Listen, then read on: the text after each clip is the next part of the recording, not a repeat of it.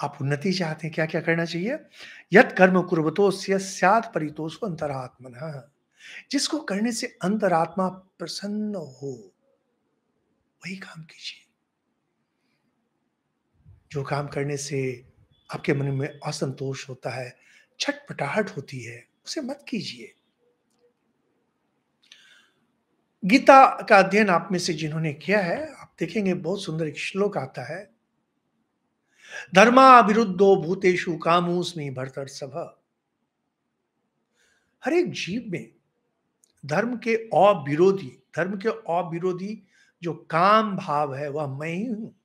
यानी काम भाव नारी पुरुष का जो संयोग है, नारी पुरुष में जो संभोग होता है, वह भी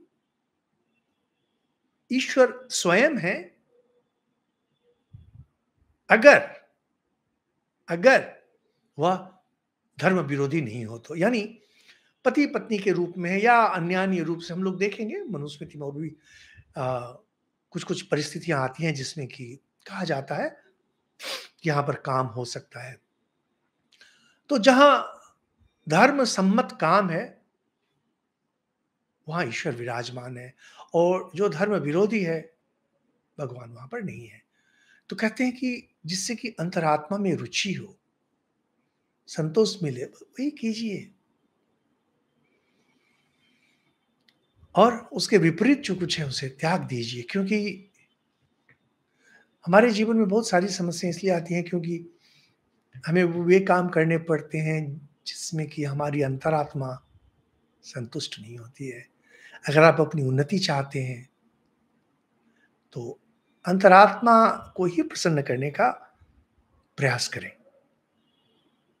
साथ में हम लोगों ने भी कहा कि सदाचार, और उसमें अहिंसा, सत्य आदि के बारे में कहा, लेकिन साथ में और भी आते हैं, नास्तिक्यम वेद निंदाम च देवतानाम च कुत्सनम।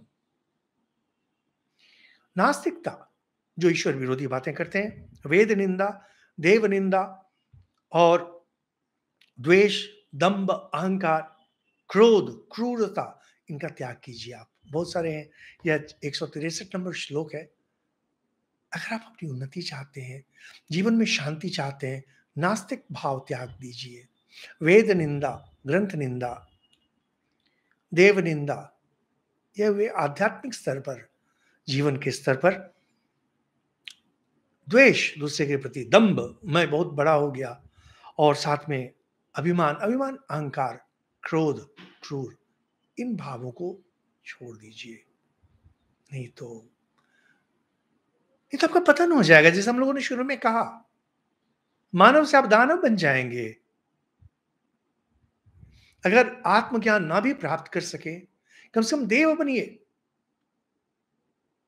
देव, मानव, दानव, आप कुछ भी बन सकते हैं।